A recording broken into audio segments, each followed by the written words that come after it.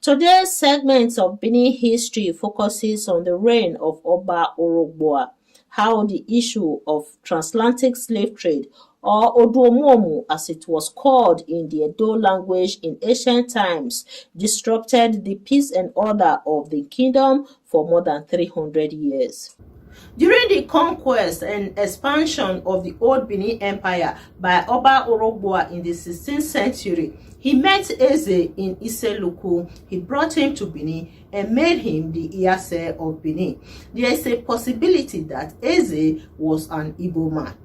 Iyase Ekpenende was the first Iyase of Benin that inculcated the greeting Labieze into his family.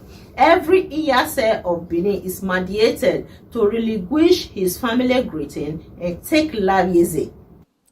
Hello everyone, my name is Nekme Obasogie. I'm from the ancient city of Benin. I am a researcher and my main area of research is colonialism in Africa.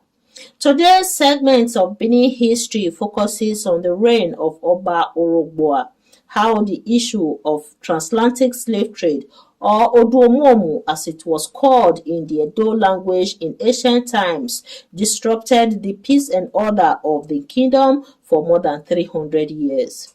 I will also highlight the history of a man called Eze, who came from Iseluku and was appointed as the Iyase of Benin by Oba Orogboa in the 16th century.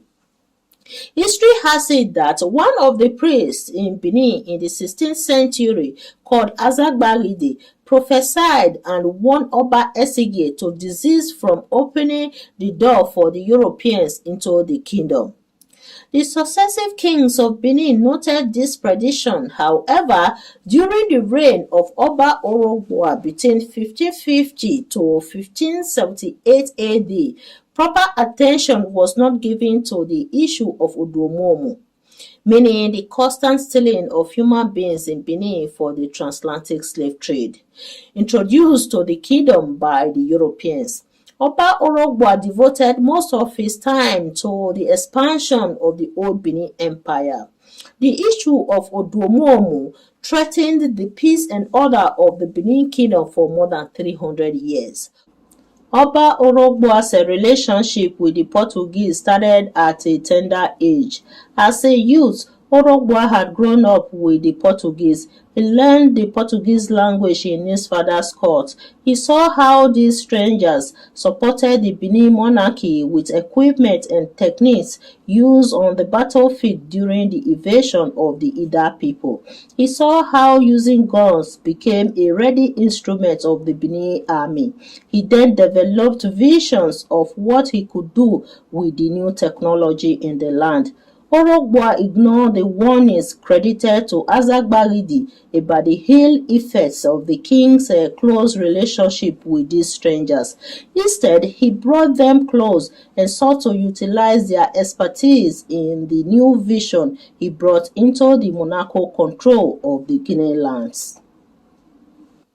When Oba Orogboa continued his voyage to expand the Benin Empire, he needed a loyal leader for the people at home, so he appointed Eson to take control of the administrative activities in Benin. He also needed a dedicated leader of superior standing to be with him and his army during his campaigns, so he appointed his Iyase.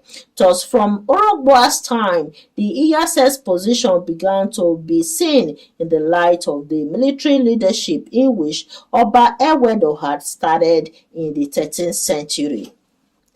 Under the reign of Oba Orogboa, 300 years after Ewedo, the need to stabilize the position of Iyase became apparent to the king. Orogboa raised the responsibility to strengthen the trade network by reviving the use of the trade guilds and guards. Through them, he obtained reports about how peaceful the trade routes were. During this time, that part of Africa was called Guinea Coast by the Europeans. From these trade routes, Odogbua received information about how the Benin people were already shaping the territories of the Guinea coast. He sought to control all territories and establish the authority of the Benin monarch over them. This is why it is said that the Benin traders' feet made the map of his imperial conquest for the Benin monarchy. By 1560 AD, Oba Orogbua had moved his troops to keep military positions in the areas plotted by these routes. He kept Azagbaridi out of his ways until the great diviner died in 1554 AD. But he appointed Akpoko to preserve the position as a significant instrument of royal counseling in Benin. Azagbaridi's prediction about the Europeans coming into Benin was reflected in the atrocities embedded in the transatlantic slave trade.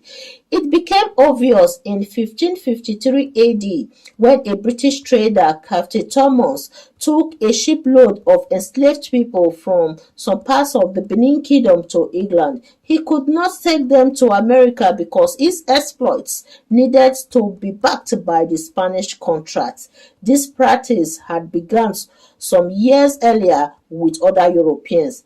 In 1562 AD, John Harkison broke the trade restriction to transport enslaved people to America.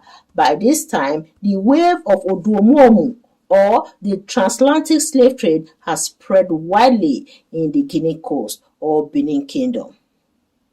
At this time, Odogbua did not want to be hampered by the spread of Odomuomu in the land. He continued with his expansion and conquest in the Guinea forest until the whole of the Bight of Benin came under the authority of the Benin Empire. After he appointed his mother, Eleba, Queen Mother, in 1552 AD. Among the first new appointments he made was that of the Iyase of Benin in 1560 AD. He was the first king of Benin to choose his Iyase outside of Benin. His Iyase, Prince Eze, who became popular as Obodoikem, came from Iseluku. In 1553 to 1560 AD, Prince Eze was in the Awori land with Odogbua, was later appointed as the Iyase of Benin when he returned with Oba Odogbua to Benin in 1560 AD to bury the Queen Mother. To a great extent, Odogbua preferred to use titles to secure relevant noblemen regardless of their places of origin to enhance the military might of the Benin Empire.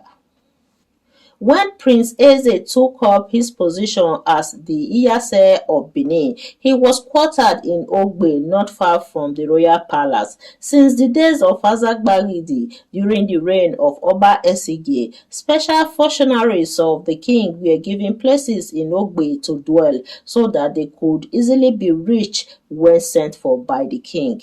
Prince Eze's nickname became popular in Benin. Odogbua, on his part, decreed in 1670 AD that the families of the Iyase appointed after him should change their salutations to Lawieze to commemorate his good friend who was not an Edoman but became the Iyase of Benin. During the conquest and expansion of the Old Benin Empire by Oba Odogbua in the 16th century, he met Eze in Iseluku. He brought him to Benin and made him the Iyase of Benin. There is a possibility that Eze was an Igbo man.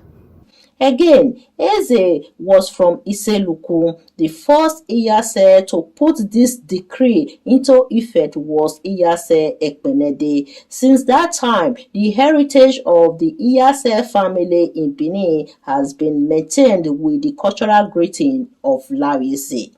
So I'm from the Lawieze family because I'm from the Iyase family. I greet Lawieze as well.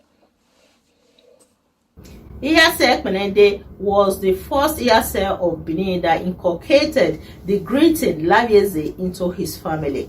Every Iyase of Benin is mandated to relinquish his family greeting and take Lawieze as his family greeting in Benin. Oba Orogbua assigned the role of Orowodo land, also known as the Igbo land, to Eze for his campaigns to protect the traders to Ekeala. He also added Ewere land, Urobo land, and Uzon land so that the threats of Odomuomu could be controlled to ease the supply of cowries to the storehouse at Oronigbe. One of the military leaders in this group was Agboidi, who was quartered at Ugo.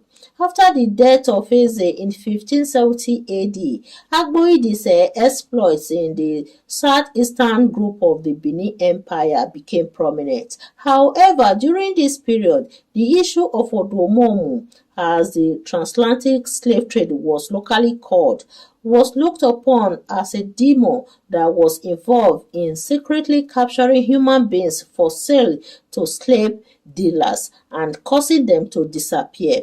Odomuomu was not an open war, it was a secret attack that ravaged the lives of the people and caused dismay in Benin Kingdom. During this period, Chief Ero focused on protecting his family. He had seen signs that the coming of Odomuomu was ominous to every person, family, and community in the Guinea Forest Zone. According to Professor OSB Omoyege, since the crisis of Odomuomu was not an open war but a secret act of human capturing, Orogbua did not see it as being able to stop his military exploits in the expansion of the Benin Empire. Orogbua's major concern was how to bring new products home. He did not want any threats of Odomuomu to stop him from pushing his forces into the utmost parts of the Guinea Forest Zone. He used his campaigns to improve the economic welfare of his people. History has it that Orogbua brought the cooking salt to Benin. Other products such as Texas, clothing, and beads of various kinds were introduced to Benin during his reign. That is the end of my presentation today. Thank you all for watching. Please subscribe to our YouTube channel and like our pages on Facebook. Thank you all.